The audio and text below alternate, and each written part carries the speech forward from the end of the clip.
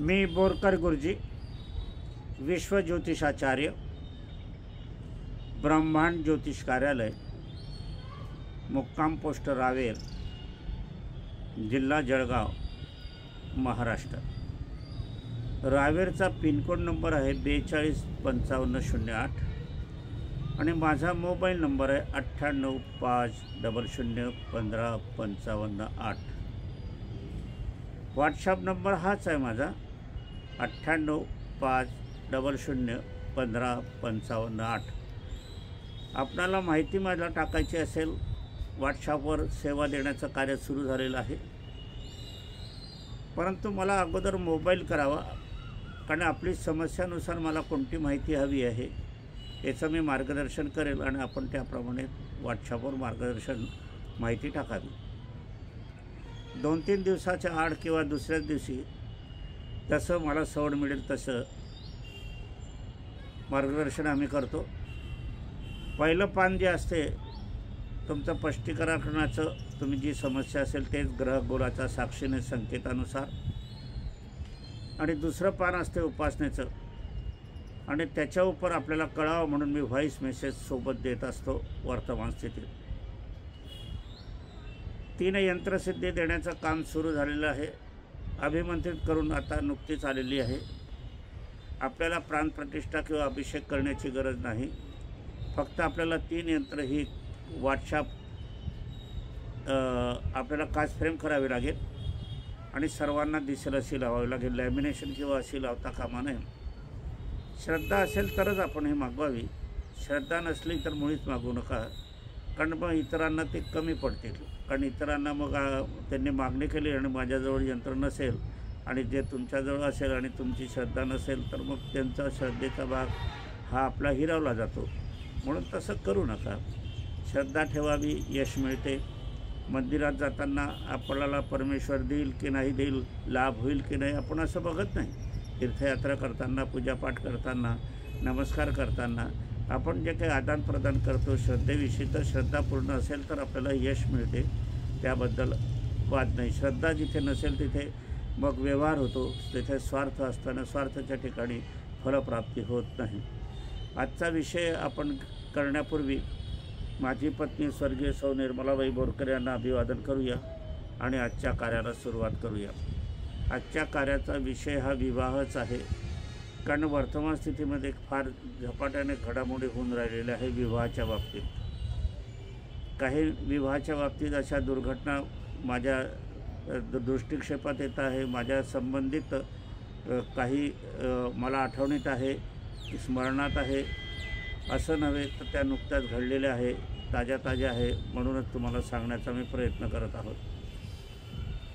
विवाह म्हणजे पुनर्जन्म असंच समजायला हवं, कारण 2 जणांचं मिलन, एक स्त्री आणि पुरुषाचं मिलन, आणि त्याच्यातून वंशाची उत्पत्ती, घराण्याची वाटचाल ठरत असते।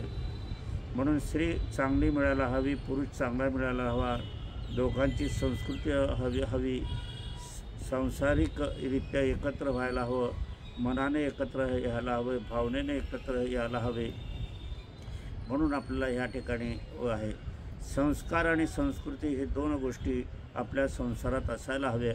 त्या पतीच्या याच्यात, इच्छित पतीच्या याच्यात, इच्छित पत्नीच्या याच्यात संस्कार आणि संस्कृती असायला हवी। संस्कार हे मागवून शिकवले जातात, संस्कृती ही आपली जन्मापासून आलेली असते, घराण्यात आलेली असते, आणि हे बघण्यासाठी ज्योतिषशास्त्र उपलब्ध आहे। विज्ञानामध्ये कुठेही सोय याची नाही किंवा विज्ञान याचं उत्तर देऊ शकत नाही। विज्ञान प्रगती आहे असं तुम्ही मानत असाल तर प्रगती त्यांची मर्यादित आहे, प्रगती पूर्णपणे नाही। ज्योतिषशास्त्रात असा कुठलाही विषय नाही की त्याचं निवारण, निकारण, समस्याचं सुटका करणं हे जे होते ते ज्योतिषशास्त्राच्या माध्यमातून होते। आज आपण विज्ञानामध्ये फक्त हृदयरोग डॉक्टर बघतो, डोळ्याचा डॉक्टर डोळ्याचाच बघतो, त्याला इतर शरीराचं ज्ञान नसते। परंतु ज्योतिषशास्त्र हे मानवी जीवन कल्याणकारी होण्यासाठी समृद्ध असं ज्योतिषशास्त्र आहे।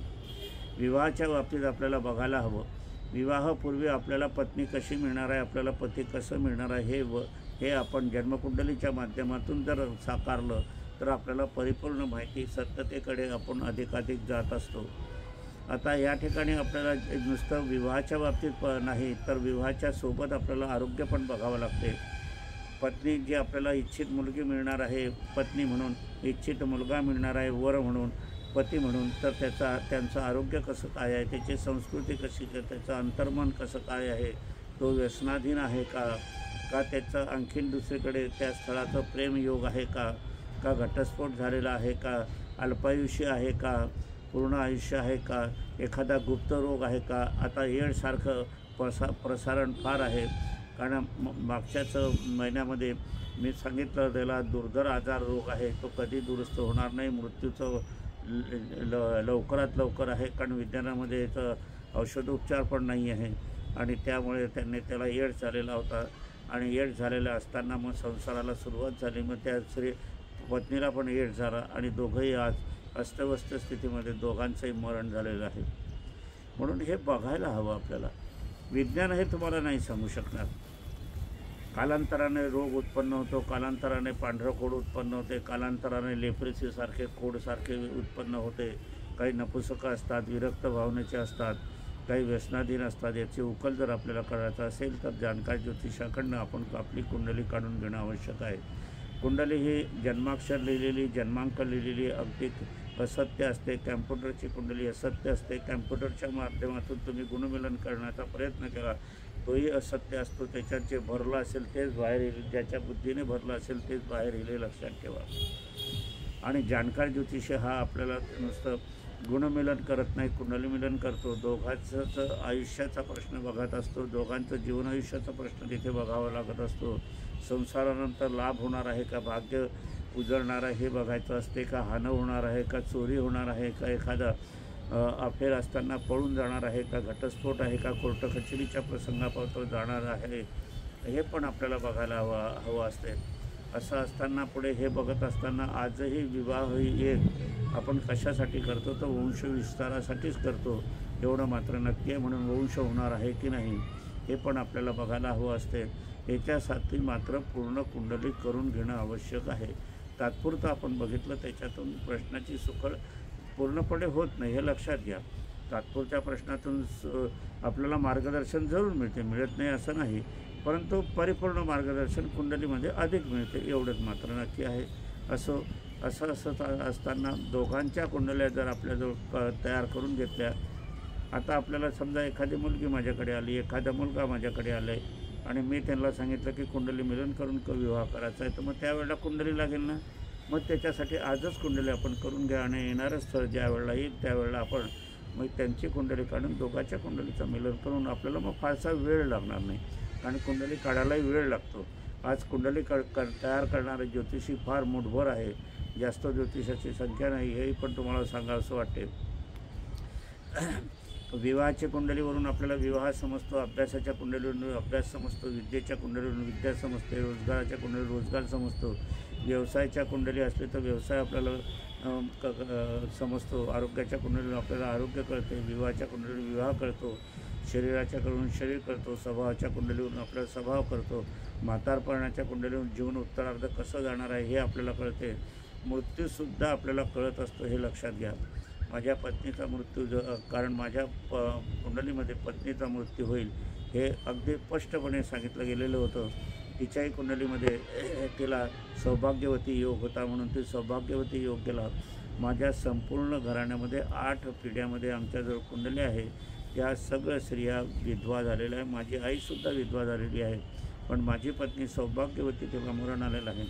2 महिन्यानंतर माझा भाऊचं निधन झालं आणि माझी वहिनी पण पुनरपी जी परंपरा आहे ती चालत सुरू झाली आणि ती पण विधवा झाली.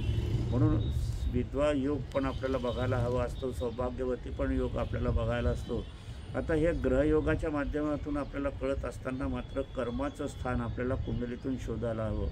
काही लोक वरवर चांगले दिसतात, काही लोक रोज मंदिरात जाताना दिसतात आणि मंदिरातून आले की मग आपल्या व्यवहारामध्ये पुनश्च तेच लबाडी करण्याचे व्यवहार, याला फसवण्याचे व्यवहार, कमी करण्याचे योग किंवा शिवीगाळ करण्याचे योग, असभ्य वर्तनाचे योग, व्यसनाधीनताचे योग, असं आपण बघत असतो.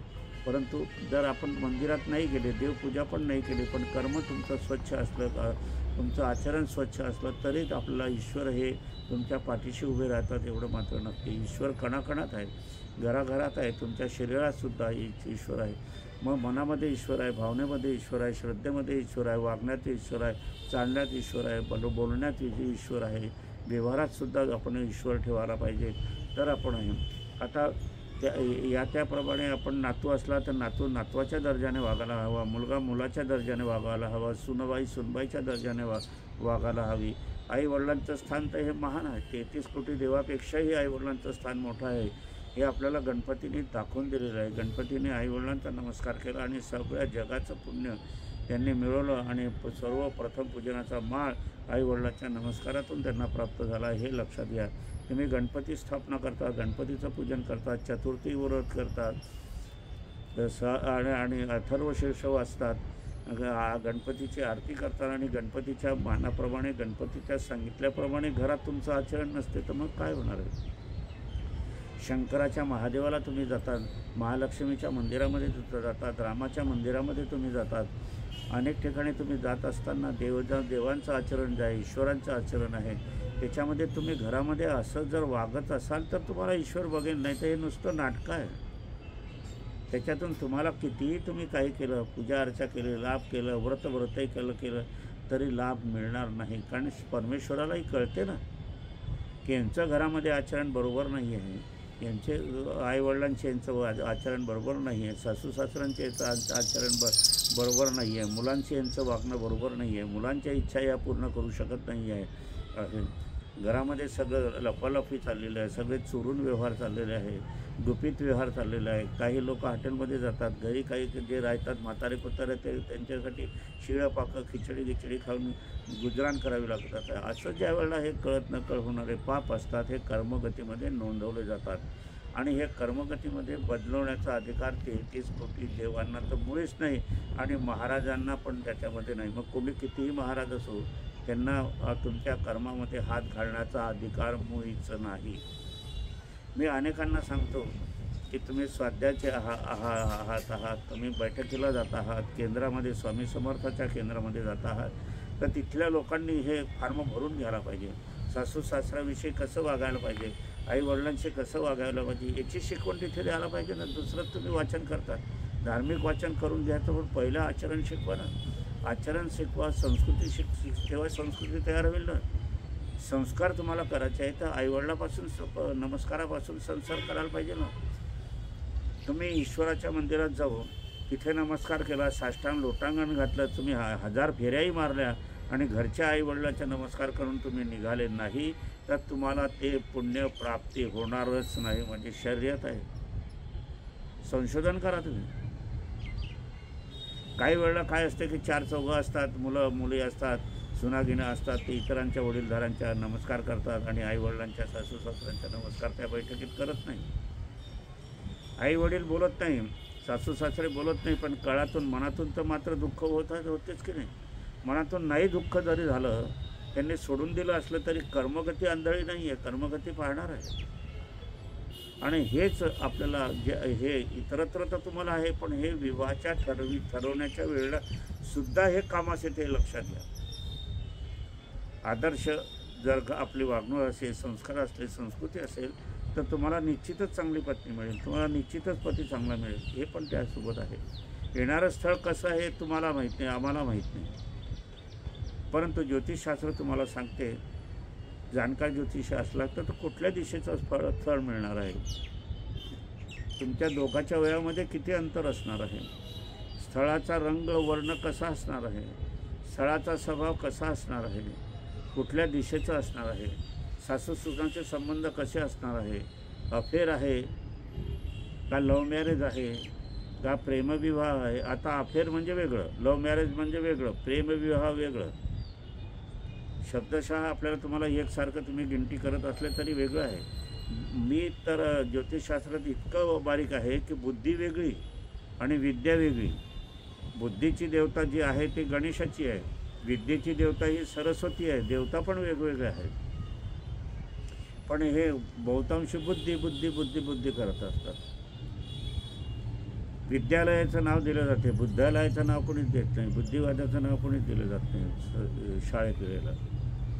बुधात्त योग वेगळा असतो, विद्यायोग वेगळा असतो, हे मात्र जाणकार ज्योतिषीच सांगू शकतो, इतरत्र नाही. विवाहाच्या कुंडलीमध्ये पाहत असताना आपल्याला विवाहाच्या पूर्वी आपल्याला कसं स्थळ मिळणार आहे, फसवले जाण्याचे योग आहे का नाही हे पण बघायला हवे. आणि त्याच्यानंतर विवाह झाल्यापश्चात लाभयोग आहे का, भाग्ययोग आहे हे पण बघायला हवे. संतती योग आहे का हे पण बघायला हवे. सासू सासऱ्यांचे संबंध कसे काय हे पण आपल्याला ज्योतिषशास्त्राने सांगायला हवं. आयुष्य कितपत आहे हे पण सांगायला हवं. अपघात आहे, कॅन्सर आहे, एड्स आहे, हृदयविकार आहे, पॅरालिसिस आहे, कोर्ट कचेरीचे प्रसंग आहे, हे सगळं आपल्याला कुंडलीच्या माध्यमातून कळत असते, लक्षात घ्या. म्हणून कुंडली आवश्यक आहे आणि विवाहापूर्वी काढून घेणं अत्यंत आवश्यक आहे. काही आपल्या वाडवडिलांचं निधन झालेलं असेल, आजोबाचं पूर्वजांचं निधन झालं असेल तरी पण त्यांच्या आपल्या कुंडल्या काढून घ्या असं आमचं सांगणं असते. कारण एखादा गंभीर रोग असतो, तो गंभीर रोग तुम्ही घरी शुद्ध पाणी पितात, शुद्ध आचरण आहे, कुठे जात नाही, कुठे स्पर्श होत नाही, संसर्ग होत नाही, तरी मग एखादी बिमारी, अघटित बिमारी, संकटमय बिमारी का होते? तर मग ते आईच्या घरातून आले आहे का, वडिलांच्या घराण्यातून आले आहे का, आजीच्या घराण्यातून आले का, आजोबाच्या घराण्यातून आलं आहे, याचा जर शोध घेतला तर मग आपल्याला तशी उपासना करता येते आणि त्या रोगातून आपल्याला मुक्तता मिळवता येते. मी तर अजूनही पुढे जाण्याचा प्रयत्न आहे की आम्ही अहमदाबादला ज्या वेळेला जात होतो तर पुष्कळश अहमदाबादचे लोक घरात आपल्याला नोकरांनी ठेवताना सुद्धा त्यांची कुंडली काढून ठेवत होते. भागीदारी करताना ते लोक कुंडली काढून मला विचारणा करत होते. काहींच्या कारखान्यामध्ये 10, 20, 25 लोक होते, त्यांच्या कुंडल्या करून माझ्याकडनं तपासून मग ते त्यांना नोकरीवर ठेवत होते. हे अगदी चांगली गोष्ट आहे. म्हणून हे पण आपण बघायला हवं. आणि असं असताना आपल्याला विवाहाच्या दृष्टिकोनातून विवाह कधी होईल हे पण सर्वसाधारणतः आपल्याला अंदाज आला पाहिजे. आणि विवाह लवकर करण्याचा प्रयत्न करा. करिअर, नोकरी.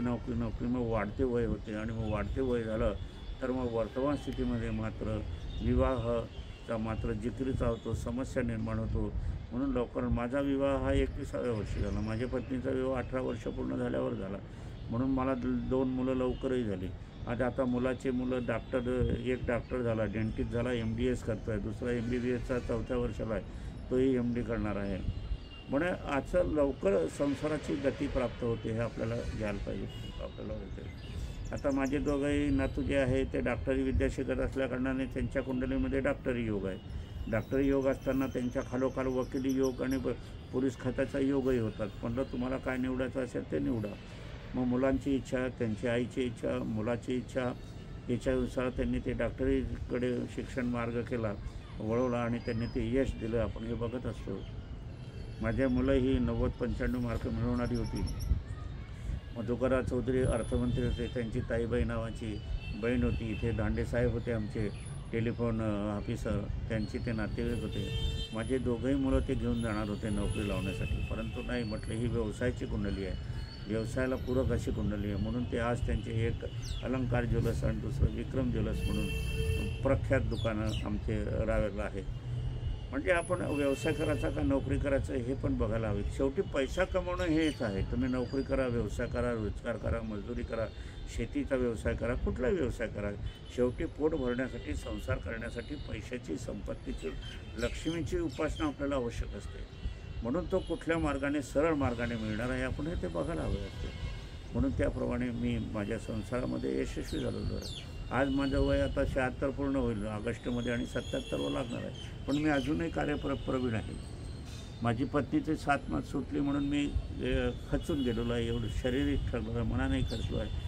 आणि खचणं स्वाभाविक आहे. ज्या वेळेला एखादा जोडीदार निघून जातो, रथाचं चार एक कोण म्हणलं म्हणजे रथ चालनाचा होतो संसाराचा असं म्हटलं जाते, ते पण खरं आहे. पण भावनिक साथ देणारे मात्र आजकाल नाही आहे, हेही तितकंच खरं आहे. घरातून साथ मिळेनाशी होते, बाहेरच्यातून साथ मिळेनाशी होते, नातेवाईकातून साथ मिळेनाशी होते. कारण परम दुःखम शीतलम म्हटले जात आहे. दुसऱ्याचं दुःख शीतल वाटते यांना. परंतु ज्यावेळेला आपल्या डोळ्यामध्ये कुसळ घुसते त्यावेळेलाच आपल्याला वेदना समजतात, नाहीतर समजत नाही. म्हणून असे काही अनुभवाने शहाणे होतात, काही बुद्धीने शहाणे होतात, काही विचाराने शहाणे होतात, काही सांगून शहाणे होतात, काही सांगितलं आपण बसलं तरी ते बसत नाही आपल्याजवळ, काही नाही. मग ते त्यांच्या कर्मगतीने जे होईल ते होणारच आहे. हे असं आपण बघत असताना अजूनही आपल्याला विवाहाच्या दृष्टिकोनातून मी सांगू इच्छितो, विवाहाच्या दृष्टिकोनातून गुणमिलनावर भरोसा ठेवू नका. आपल्याला सगळं कुंडलीतून आयुष्यमान आहे की नाही, दीर्घायुषी योग आहे की नाही, सुखाचा संसार आहे की नाही, हे सगळं कुंडलीतून आपल्याला कळत असते. मात्र जाणकार ज्योतिषाचीच आवश्यकता असते. तर आता काय असते, बहुतेक जन्मकुंडलीच्या माध्यमातून हे सोडवण्याचा प्रयत्न करतो, तो अगदी चुकीचा असतो, त्याच्यात नेमकं पडत नाही. मग मात्र तुमचं मग घटस्फोट होतो, कोर्ट कचेरी होतो, वादातीत होतो, पैशाची देवाणघेवाण होते, मग समाजामध्ये नालस्ती होते, एकमेकाच्या टीकाटिप्पणी होतात, वाद होतो आणि वाढतं वय जाते. कोर्टात गेलं तर लगेच निकाल लागत नाही, दुसरं लग्न होत नाही आणि घटस्फोट झाल्यावर दुधवरचा शिक्का मारला जातो आणि दुधवरचा झाला म्हणजे तुमची पुन्हा समस्या होते आणि त्यात वाढते वय जाते आणि वाढते जन्म संसाराला आयुष्य किती राहायचे आणि त्याच्यामध्ये संकट निर्माण झाले तर काय करावं. तुमचा विवाह जर उशिरा झाला, आईवडील थकलेले असतात, ते तुम्हाला मदत करू शकत नाही आणि आईवडील जर त्याच्यामध्ये निधन झाले तर मग तुम्ही आता एकटे असतात, संसार कसा करा. संसार आईवडिलांच्या सोबत जर मुलामुलींचा झाला तर आपल्याला आईवडिलांची मदत लागते, आईवडिलांचे आशीर्वाद आपल्याला प्राप्त होतात, आईवडिलांचं मार्गदर्शन होतात. भाजी कशी चिरावी, भाजीला फोडणी कशी घालावी, कोणती भाजी करावी, हे सुनबाईला आपल्याला शिकवता येते. ती तिच्या घराण्यातून जे काही शिकून आले असते, तिच्या घराण्यात जे काही असते ती घेऊन आले असते, पण त्या घराण्याच्या परंपरा किंवा दैवताचे योग आपल्या घराण्यामध्ये चालत नाही. कारण मुलीच्या घराण्यातलं जे दैवत आहे ते पुरुषाच्या घराण्यामध्ये अजिबात चालत नाही आणि त्याचं पूजन पण करू नये. पुरुषी घराण्यामध्ये जे आपली कुळदेवता आहे, कुळदेव आहे, यांचंच आपण पूजन करावं आणि नंतर मग गणपतीचं पूजन तर अवश्य आहेच, त्याबद्दल तर वाद नाही. आपल्या देवघरामध्ये कुळदेवता, गणपती, लक्ष्मी, मारुती, महादेवाचे पिंड, त्याच्यावर लिंग, पार्वतीची प्रतिमा, नंदी, ह्या गोष्टी अवश्य असायला हव्यात. आता काय महाराजांचे फोटो मात्र तुम्ही कदापिही आपल्या देवघरामध्ये ठेवू नका, कारण देवघरामध्ये देवांचं स्थान आहे. देवघर महाराजांचं घर नाही आहे, लक्षात घ्या. महाराजांचं घर म्हणतो का आपण? नाही, देवघर, देवांचं घर म्हणजे तिथे देवच असले पाहिजे. बोरकरांचं घर, मग तिथे बोरकरच राहतात की नाही, दुसरे थोडीच राहतात. म्हणून आपल्याला या शाळा आहेत, शाळेमध्ये विद्यार्थीच राहतात, दुसरे थोडीच राहतात. तसंच देवाच्या घरामध्ये देवचं राहायला पाहिजे. देवाच्या बाहेर तुम्ही कुठे काही करा, परंतु पहिले आपल्या आईवडिलांची पूजा करून, आईवडिलांच्या नमस्कार करूनच मग आपण देवपूजेला बसलं पाहिजे. कारण आपले निर्माते कोण आहे? निर्मात्याचे प्रथम पूजन आणि मग नंतर गणपतीचं पूजन, देवीचं पूजन, कुळदेवताचं पूजन आपण केलेलं पाहिजे. जे सणवार आहे, कुठे कुळाचार असतो तो आपण केला पाहिजे, कुठे महालक्ष्मी असतात ते आपण केला पाहिजे, कुठे सोमवारचं व्रत असते ते केलं पाहिजे, मंगळवारचं व्रत आपण केलं असते, कोणाच्या घरी महालक्ष्मी असल्या ते केलं, जे राणूबाई काणूबाई खानदेशात असतात ते व्रत आपण केलं पाहिजे. आपल्या घराण्यात एखाद्या वेळेस आईवडील किंवा आजोबा आजींनी काही कारणास्तव असे धार्मिक सण घातले नसेल, पण तुम्ही सशक्त आहात, श्रीमंत आहात, तुम्हाला जो पैसा आहे, वेळ आहे, सगळं आहे, तर मग ते परंपरा पुन्हा चालू ठेवायला पाहिजे, त्या मोडीत नकायला पाहिजे. काही लोक काय करतात की पदार्थ नुसतं तेवढं करतात. आता खानदेशामध्ये राणूबाई काणूबाई केल्यावर मग काही लोक ते राणूबाईचं नारळ असते त्याचं पूजन करत नाही, चौरंगावर मांडणी होत नाही आणि मग नंतर मग त्या दिवशी तो तेवढा दिवस पाळतात. त्याला काहीही अर्थ नाही, कारण साज संगीतासह झाल्याशिवाय कार्यक्रमाला आनंद निर्माण होत नाही. जिथे दैवतच नाही आहे तुमचं आणि मग काय करतात? रेणुकाबाईचं दैवत तुमचं असलं तर ते आपलं कुळदेवता आहे, पण राणूबाई कानूबाई हे तुमचे सणावाराचं देवता आहे. ती राणूबाई कानूबाईलाच तिथे लागेल. नवरात्र लागेल तर नवरात्राचीच देवी आपल्याला लागेल. गणपती असेल तर गणपतीच आपल्याला तिथे लावावे लागतील. महालक्ष्मी असल्या तर महालक्ष्मीच्याच मूर्ती आपल्याला तिथे लागतील. नुसतंच सणवारासारखं साजरं करून किंवा महालक्ष्मीच्या मंदिरात जाऊन तुम्हाला पुण्यप्राप्ती नाही होणार. तुमचं जर आईवडिलांचं जे दैवत आहे, त्या घराण्याचे संस्कार आहे, संस्कृती आहे, तर ते तुम्ही केलंच पाहिजे. आणि मग हे काय होते, हे संसाराच्या पिढीला पुढच्या उपयोगी पडत असते. विवाह ठरवतानासुद्धा याचा लाभ होतो, कर्मगतीचा लाभ होतो. विवाह ठरवताना आपल्याला हे बघायला हवे. विवाहस्थानामध्ये विवाहस्थान आणि विवाहस्थानातून जाणारे मार्ग कुठे, काही वेळेला मंगळदोष म्हणून आपटला जातो. परंतु मंगळदोष हा किती अंशाचा आहे हे बघायला हवं. मंगळदोष कुठून आलेला आहे? तो लाभातून आलेला आहे तर पुण्यप्रद आहे, भाग्यातून आला आहे तर भाग्यवान आहे, तो शौर्यातून आला आहे तर शौर्यवान आहे, तो व्यवसायातून आला आहे तर व्यवसायकारक आहे, तो लाभातून आलेला आहे, भाग्यातून आलेला आहे, कुटुंबातून आलेला आहे, दैवातून आलेला आहे, नशिबातून आला आहे, तर तो आपल्याला देणार आहे. पुष्कळशी घरदारं, संपत्ती, शेत जमीन वगैरे तो देऊन देतो आपल्याला. मंगळ वाईट नाही आहे. मंगळ आपण जर किरण बेदीच्या याच्यामध्ये माणिकशहा जनरल होते सैन्यापतीच्या मनामध्ये, आपण जर सैन्य वर्गाच्या जे टापवरचे अधिकारी आहे, PSIचे अधिकारी आहे, त्याच्यावर कमिशनरचे अधिकारी आहे, यांच्यामध्ये पाहिला किंवा बिल्डर मोठे जे आहे त्यांच्यामध्ये हा मंगळाच्याच पत्रिका त्यांच्या असतात. म्हणजे मंगळ प्रभावी त्यांच्यात असतो. मंगळाची पत्रिका आहे म्हणून विवाह टाळू नका. मंगळ हा दूषित आहे. समजा मी एक मनुष्य आहे, मी आता 4 धामहून आलो तर तुम्ही काय कराल की माझे नमस्कार कराल. आपल्या जीवनायुष्यात जेव्हा काही 4 धाम आहेत तेव्हा बघू, पण आज गुरुजींचे नमस्कार करून जीवना आशीर्वाद घेऊया. आणि मीच जर मशानभूमीत आलो तर मला पहिले आंघोळ करावं लागेल, स्नान करावं लागेल, मारुतीचं दर्शन घ्यावं लागेल, नंतर मी तुमच्यासमोर येईल. आता व्यक्ती एक आहे पण येण्या जाण्याचे मार्ग वेगळे आहे म्हणून परिणाम वेगळे आहे, हे लक्षात घ्या. तसंच जन्मकुंडलीच्या विवाहस्थानातून पण हे बघायला हवं. विवाहस्थानाचा ग्रह एखादा अष्टम स्थानात आला तर मृत्यूचा योग लवकर येतो. विवाहस्थानाचा ग्रह षष्टम स्थानात आला तर अनारोग्याची पती मिळण्याची संभावना असते.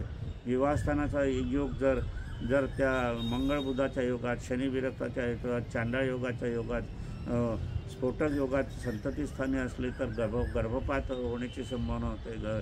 गर्भधारणा होऊन पोटामध्ये मुलाचा मृत्यू होण्याचा किंवा काही दिवस डिलिव्हरी झाल्यावर बाळाचा मृत्यू होण्याची संभावना असते. हे आपल्याला जन्मकुंडलीच्या माध्यमातून नव्हे तर वेगवेगळ्या कुंडली काढून आपल्याला हे कळत असते. आज तुमचं लग्न झालेलं नाही आहे, पण तुमच्याला विवाहाची दिशा समजते की नाही, त्यांच्या स्थळाचा वर्ण समजतो की नाही, आम्हीच तुम्हाला सांगतो की नाही, दोघाच्या वयात किती अंतर आहे हे आम्ही तुम्हाला दाखवून देतो की नाही, स्वभाव कसा आहे हे आम्ही सांगतो की नाही. म्हणजे हे सांगतो आहे याचा अर्थ इथे जाणकार ज्योतिषीच आपल्याला हवा असतो, हे लक्षात घ्या. इथे जर तुम्ही चुकीचं मार्गदर्शन तुम्हाला मिळालं तर तुमचा संसार सुखाचा होणारच नाही. याच्यासाठी आपल्याला योग्य ती निवड ज्योतिषाची करावी लागेल. योग्य ते निवड आता आपल्याला सगळ्याच बाबतीत करावी लागते. मेडिकल क्षेत्रात डॉक्टरांच्या बाबतीतही आपल्याला योग्य ती निवड करावी लागते. आपण खाजगी दवाखान्यात गेला काही सिझेरियनचा शिक्का मारलेला जातो असतो आणि सरकारी दवाखान्यातलं तर ती स्त्री असली तर नॉर्मल डिलिव्हरी होती. आमची डिलिव्हरी तर खाजगी स्त्रियांनी केलेल्या होत्या. इस्लामी स्त्रिया इथे दाईन म्हणून होत्या. आमच्या दोघा भावांचा जन्म त्यांच्याच हातून झालेला आहे. माझ्या मुलांचे दोघंही मुलांचे जन्म माझे सरकारी दवाखान्यात झाले, नॉर्मल झालेले आहे. असं हे आपण बघायला हवं. म्हणजे निवड करतानाही आपल्याला सगळ्या बाबतीत निवड करताना किराणा दुकानं, नाव्याचं दुकान आहे, केश करतानाला आहे, आपल्याला जे काही धान्य दुकान आहे, किराणा दुकान आहे, योग्य त्या चांगल्या दुकानातून आपण जसा व्यवहार करतो तसंच ज्योतिषशास्त्राच्या बाबतीत आपल्याला जे काही सुशिक्षित ज्योतिष आहे, मान्यवर ज्योतिषी आहे, त्यांचा अभ्यास आहे, त्यांच्याकडनंच आपण हे समजून घ्यायला पाहिजे. कारण याच्यामध्ये काय होणार आहे, तुम्ही चुकले तर तुमचा संसार चुकणार आहे, तुमचं गणित चुकणार आहे. घटस्फोट झाला, दुरावा झाला, मग काय करणार तुम्ही? मग पुनश्च लग्नाचा योग आला तर काय करा? याच्यासाठी प्रथमपासूनच आपण काळजी घ्यायला हवी. एवढंच माझं ह्या व्हिडिओच्या माध्यमातून सांगण्याचा प्रयत्न आहे. ही प्रेरणा मला आज का मिळाली तुम्हाला काय सांगू की ही प्रेरणा मी आज बहुतांश आज मी काम जवळजवळ माझ्याकडनं झालंच नाही. आज माझं इतरत्र बाहेरची कामं जी होती ती मी आटोपण्याचा प्रयत्न केला आणि मग आज जवळजवळ कार्यालयीन काम जवळजवळ शून्यवत झालं होतं. आणि मग अचानक मी हा विषय मी घ्यावा असं माझ्या मनातही नव्हतं, म्हणून मी टेरेसवर आता आलेलो आहे. टेरेसवर आलेलो असताना मोबाईल लागला. त्याच वेळेला माझ्या पत्नी स्वर्गीय सौ निर्मलाबाई बोरकर यांनी हे मला संकेत दिले आणि त्यानुसार मी हा व्हिडिओचा विषय निवडलेला आहे. आपणाला काही माझ्याशी संपर्क साधायचा असेल तर मोबाईल करूनच साधावा. माझं मार्गदर्शन आपल्याला आवडत असेल तर अधिकाधिक लोकांना, अधिकाधिक मित्रपरिवारांना, अधिकाधिक नातेवाईकांना हा व्हिडिओ आपण प्रसारित करण्याचा प्रयत्न करावा. तुमचे सहाय्य मला एवढंच हवं आहे. तुमच्यासाठी आता मी बेरात्रीसुद्धा जागतो. तुमच्यासाठी मी प्रयत्न करतो. सकाळी 3 वाजेला, 4 वाजेला, 5 वाजेला, रात्री 10, 11, 12 वाजेपर्यंत पण व्हिडिओ मी जाहीर केले आहे. ते तेवढं माझ्या पत्नीच्या सांगण्यावरून तिचं आठवण राहावी, स्मरण व्हावं आणि तिने मला जे मार्गदर्शन केलं आहे, माझ्याकडनं वचन घेऊन घेतलं आहे, त्यानुसारच मी एक सदस्य करत असतो. तसे मी तुमच्याकडनं टीमच्या मार्फतच स्वर्गीय सौ निर्मलाबाई बोरकर यांच्या मार्फत तुम्हाला मी सांगू इच्छितो की तुम्ही हे कार्यक्रम जो आहे, व्हिडिओचे मार्गदर्शन आहे, खरोखरच तुम्हाला आवडत असेल, ते बोधप्रद ठरत असेल तर अवश्य तुम्ही इतरांना अधिकाधिक जेवढं शेअर करता असेल तेवढं करा. आम्हाला तुमच्याकडनं एवढीच अपेक्षा आहे. असो, आजच्या कार्यक्रमाला इथेच विराम देऊया. माझी पत्नी स्वर्गीय सौ निर्मलाबाई बोरकर यांना अभिवादन करूया आणि आजच्या कार्याचं समापन करूया.